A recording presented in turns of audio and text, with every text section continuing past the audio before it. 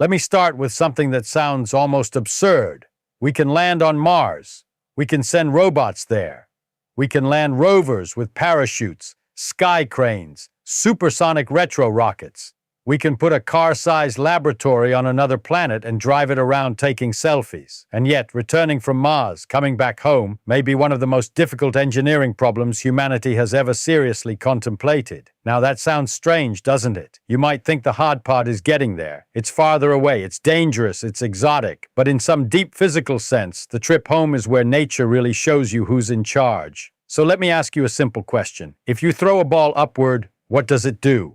It slows down, stops, and falls back. Nothing mysterious about that. We've all done it since childhood. But hidden in that ordinary experience is the entire problem of Mars. Because if you throw the ball hard enough, harder than you ever have, it won't come back.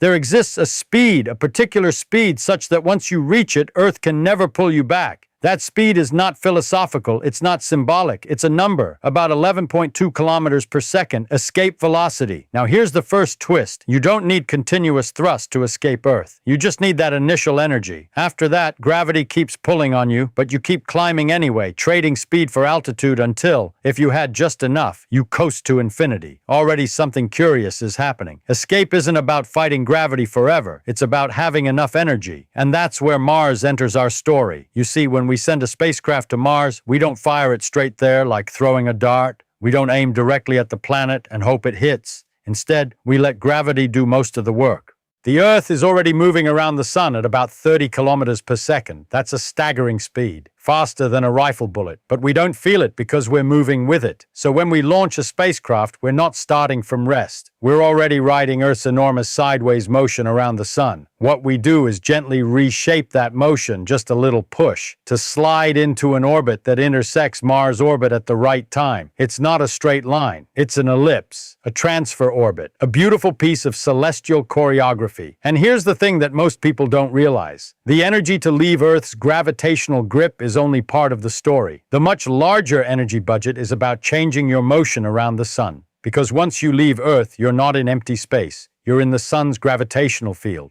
and the Sun is the dominant player. So now let's imagine something simple. You're standing on Mars. You've landed successfully. You're looking at that dusty orange horizon. You plant a flag, you collect samples, you take photographs. Now you want to come home. What do you have to do? Well, first you have to escape Mars itself. Mars has gravity, though weaker than Earth's. Its escape velocity is about 5 kilometers per second, less than half of Earth's, but still enormous. That's 5,000 meters every second, faster than anything a conventional airplane can achieve. So you need a rocket capable of reaching that speed just to leave the Martian surface.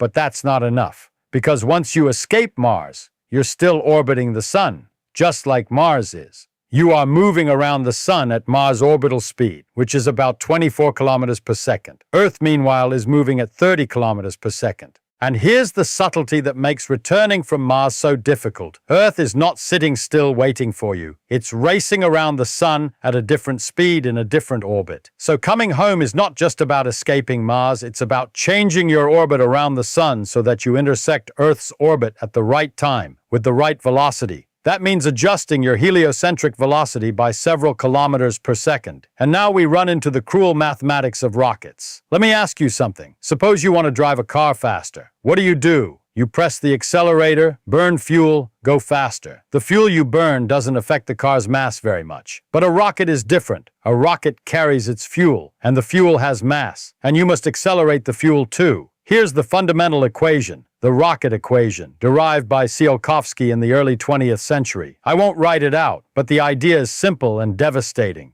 The change in velocity you can achieve depends logarithmically on the ratio between your initial mass, fuel plus rocket, and your final mass, rocket after fuel is gone, logarithmically, which means that to get a modest increase in velocity, you need an exponential increase in fuel. It's like climbing a mountain where every extra meter of height requires twice as much effort as the previous meter. Now think about leaving Mars. You need fuel to escape Mars, but that fuel adds mass, which means you need more fuel to lift the fuel, and more fuel to lift that fuel, and so on. So the return vehicle must either bring fuel from Earth, which is enormously expensive, or manufacture fuel on Mars itself. This is not science science fiction. Engineers seriously discuss producing methane and oxygen from Martian carbon dioxide and water ice. It's chemically possible, but it's not trivial. You need infrastructure, power sources, reliability, because if your fuel production fails on Mars, you're not delayed. You're stranded. Now let's zoom out a little further. Suppose you've escaped Mars successfully. You've injected yourself into a transfer orbit toward Earth. You're coasting through interplanetary space. Here's another subtlety. Space is not empty in the way people imagine. It's not a void where you can easily change direction. Once you're in orbit around the sun, you are in free fall. You're constantly falling toward the sun while moving sideways fast enough to keep missing it. To change your orbit significantly requires changing your velocity vector, its magnitude and direction. And in the vacuum of space, there's nothing to push against. The only way to change velocity is to throw something in the opposite direction. That's what rockets do. They throw mass backward to move forward. And because of conservation of momentum, the amount of velocity change you get is tied to how much mass you can afford to throw away and how fast you can throw it.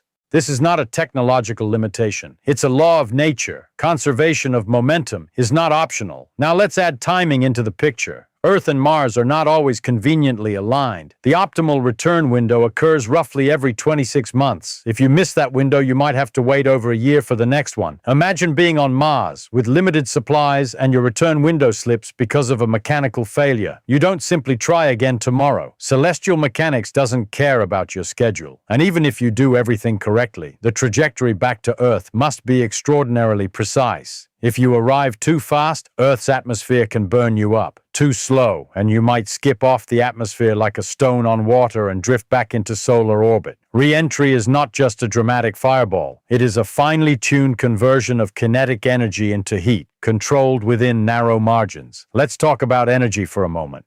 Kinetic energy depends on velocity squared. Double your speed, quadruple your energy. When returning from Mars, you are moving at tens of kilometers per second relative to Earth. The energy that must be dissipated during re-entry is comparable to the energy released by explosives. We survive it by carefully shaping the spacecraft, using atmospheric drag as a brake. It's elegant and terrifying at the same time. Now here's the deeper insight. The difficulty of returning from Mars is not primarily about distance. It's about energy and momentum in a gravitational field.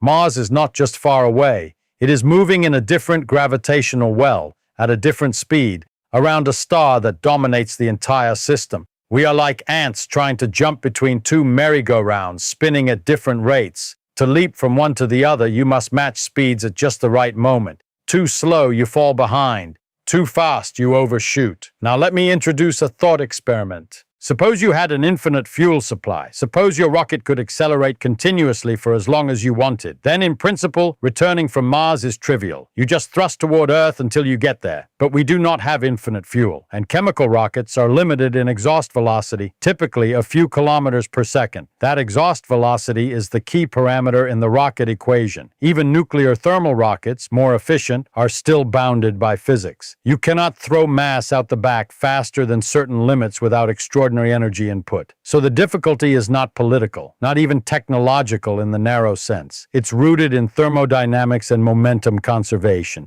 And here's something humbling. Nature is not hostile, it's consistent. The same laws that allow us to calculate a return trajectory with exquisite precision are the laws that make it hard. The universe is fair, but strict. Now I want to take you deeper. Why is escape velocity what it is? Why does it depend on the square root of mass divided by radius? Because gravity decreases with distance squared. To climb out of a gravitational well, you must provide enough kinetic energy to counteract the negative gravitational potential energy binding you. Think of gravity as a valley. Earth sits at the bottom of a valley in space-time. Mars sits in another valley, shallower but still significant. The sun creates a much deeper valley encompassing both. When you stand on Mars, you are deep inside two gravitational wells simultaneously, Mars and the sun's. To come home, you must climb out of Mars' well and then reshape your path within the sun's well. You are not moving in flat space. You are navigating a landscape of invisible slopes.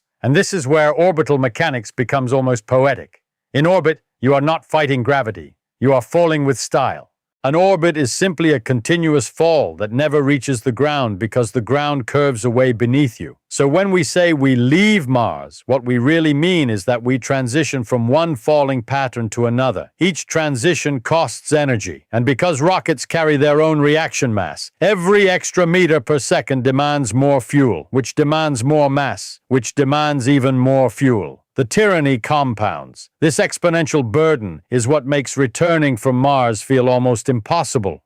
Not impossible in principle, but punishingly expensive in mass and complexity. And here's a sobering fact. Every kilogram you want to bring back to Earth, rock samples, scientific equipment, human beings, requires multiple kilograms of fuel on Mars, which themselves required multiple kilograms launched from Earth to enable fuel production. It's a cascade. Now pause and reflect on something beautiful. When the Apollo astronauts left the Moon, they faced a similar but smaller problem. The Moon's gravity is weaker. There is no atmosphere. The delta V required is much smaller than Mars. And even that required a precisely engineered ascent stage, carefully calculated trajectories, and absolute trust in physics. Mars multiplies that challenge. And yet, we are seriously planning it. Why? Because the same laws that make it difficult also make it predictable. Celestial mechanics is deterministic. If you know the positions and velocities, you can compute the future. That's one of the triumphs of Newtonian gravity. A single inverse square law unifies falling apples and orbiting planets. But Newton didn't know about rockets. The rocket equation came later, and it revealed a kind of harsh arithmetic embedded in propulsion. And this arithmetic tells us that chemical propulsion has limits. It suggests that to make Mars truly accessible, we may need propulsion systems with higher exhaust velocities, electric propulsion, nuclear propulsion, maybe even technologies we haven't mastered yet. Because the barrier is not distance, it is energy efficiency. Now let me ask you something slightly unsettling. Suppose we manage to land humans on Mars and build a small base. Suppose we produce fuel locally. Suppose everything works. Is returning still guaranteed? What if a dust storm covers your solar panels? What if your reactor fails? What if your ascent vehicle has a leak? On Earth, a breakdown means inconvenience. On Mars, it means permanence. This is why some physicists and engineers quietly say something provocative.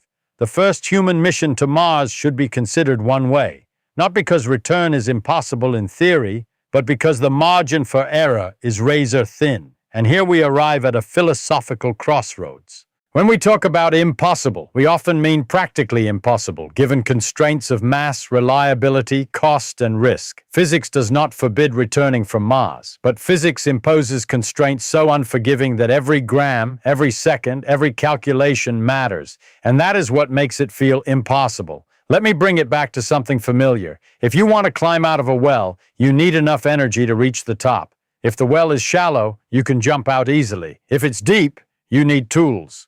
Mars sits in a deeper cosmic well than the Moon. The Sun's gravity shapes the entire terrain, and we are tiny creatures trying to engineer precise maneuvers within that grand architecture. Yet here's the part that fills me with awe rather than despair. We understand this architecture.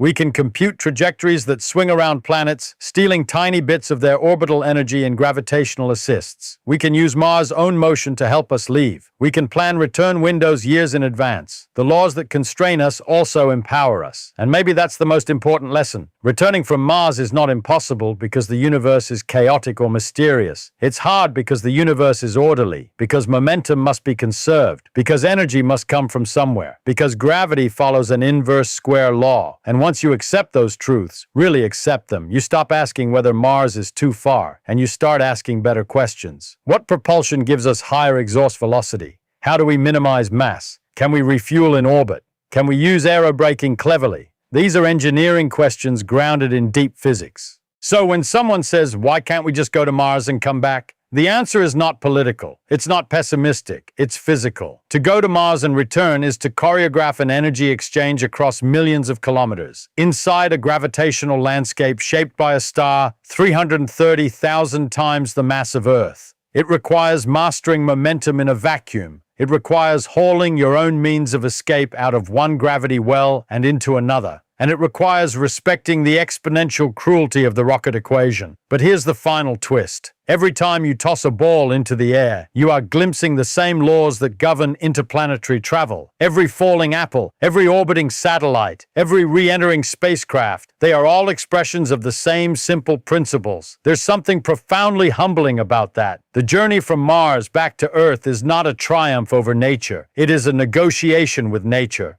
And if we ever watch humans rise from the Martian surface, ignite their engines, and arc gracefully into the sky on their way home, it will not be because we defeated gravity. It will be because we finally learned how to dance with it. And that, I think, is far more beautiful than conquering anything at all.